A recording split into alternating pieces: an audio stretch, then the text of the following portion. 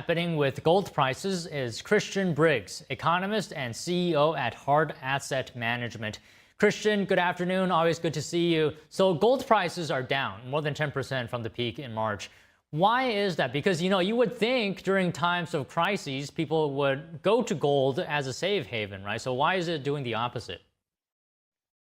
Well, first of all, thanks for having me. That's a great question, Jack. So let me try to put it in a very simple perspective. There were two primary reasons gold took a bit of a retracement. Number one, the credit markets got really tight when we saw the oil prices jump, and the stock market, the bond market, took a pretty good hit. There was a credit crunch in the bond market, and there was a couple of very large private equity groups who had to sell gold in order to meet some margin calls. Now, I don't know the number, but it was significant enough that it pushed gold down. Plus, gold is very interest rate sensitive. And as the bonds took a fairly significant hit, anticipating inflation to run up, as we know, when oil moves up 50, 60, 70% in a reasonably short period of time, you're going to see some inflationary fear. And that fear could be mitigated a little bit over time if oil rises. $100 a barrel oil is still a lot, but if it does it over a year or two, not 2 or 3 weeks. So there were some margin calls on credit. And number two, interest rate sensitivity on gold is very prominent. So that was probably one of the biggest two factors that took the initial hit. Okay, so here's the core question. Should we expect this is how gold is going to behave now in the future during crisis, or is this very specific to the Iran war, to what's happening now? Well, again, that's a really good question. There's an old saying that goes back thousands of years. You can't go broke taking a profit, and you only want to buy on the dips. And if you look at gold for 5,000 years, it has done pretty darn well. Since 75, 1980, it's done pretty well. So I think the norm is volatility is part of the equation. That's just the way it is. Look at the stock market. I mean, look at Microsoft. It's down 25 or 30% from its peak. So there's going to be some retracement in every kind of an asset, especially when fear overcomes greed. But let me tell you something. Gold, by the definition of where it stands now as a reserve currency in the world, and it does, is now backstopping a large portion of Asian currencies, and it's going over into European currencies. And I believe the United States, under the Trump administration, has started to buy a lot of gold, anticipating a gold-backed treasury and a gold-backed stablecoin. Don't rule out President Trump's golden era. Remember that? The golden era, the golden dome. He loves gold, and he likes gold for its principle, which is its wealth, it's secure, it can't go bankrupt, and everybody acknowledges it as real cash.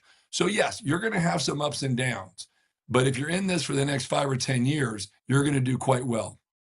Okay, so I assume, maybe I shouldn't assume, but you're bullish on gold in the long term? Absolutely. When you look at the amount of gold that's being bought by China and other Asian countries and how that amount of buying has proliferated itself around the world, you realize that gold is now the largest reserve asset. It used to be the dollar. It used to be the euro. It used to be the yen. It used to be a basket of foreign currencies. Gold has become the world's monetary asset. Why? Because it's universal. Something else I want to point out. When you look at South American countries, if you go back 15 years ago, gold was really not a big part of an equation of buying and selling. It wasn't the instrument. It wasn't the mechanism of a lot of trade.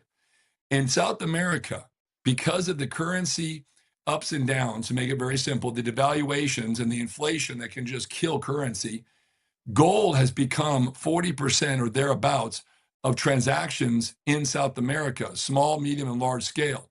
It's become the new currency, the universal currency. If there was one currency or one asset that bona fides the world's understanding of wealth and stability, it's gold, and it's been embraced more in the last, I'd say about 5 to 6 years than probably the last 50 years combined.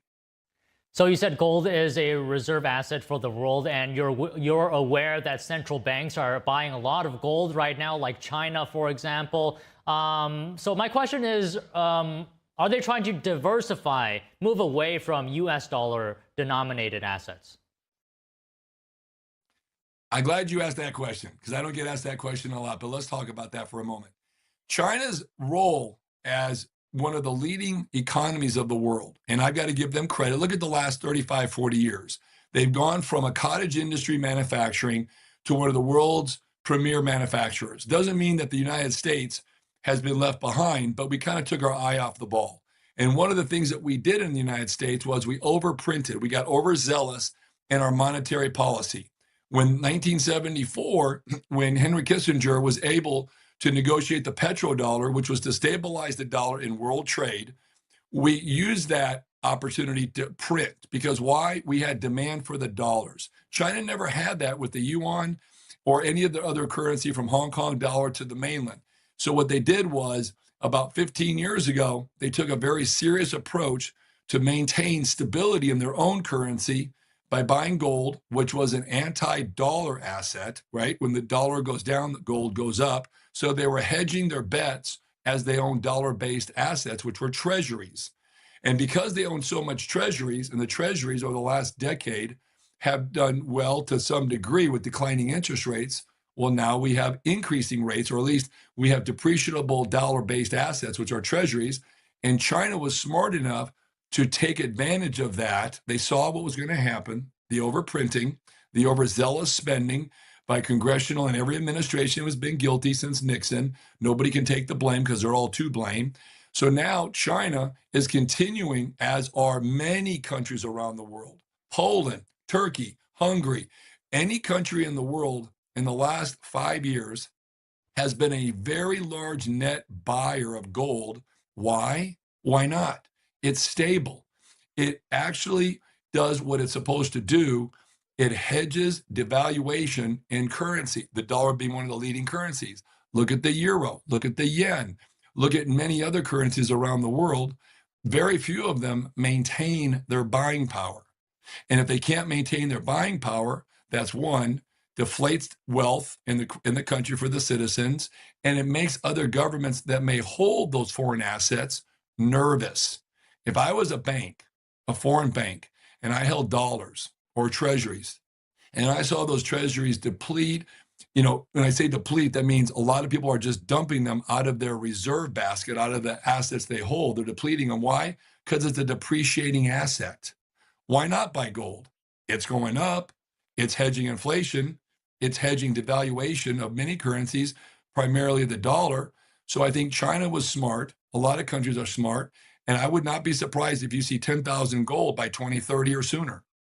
Okay, just one final thing here. Some practical advice for potentially investors here. Do you think gold has bottomed right now from its peak? A good entry point for some people? If you're long-term, it's bottomed out. It's a good entry point right now. If you're short-term, I can't give you the answer to that, but I can tell you this. If you go back 10 years ago, 20 years ago, 30 years ago, let's just say 5 years ago, and you had bought gold, you're out of profit right now. Okay, well, Christian, good to talk to you today. Thank you very much for giving us your insight.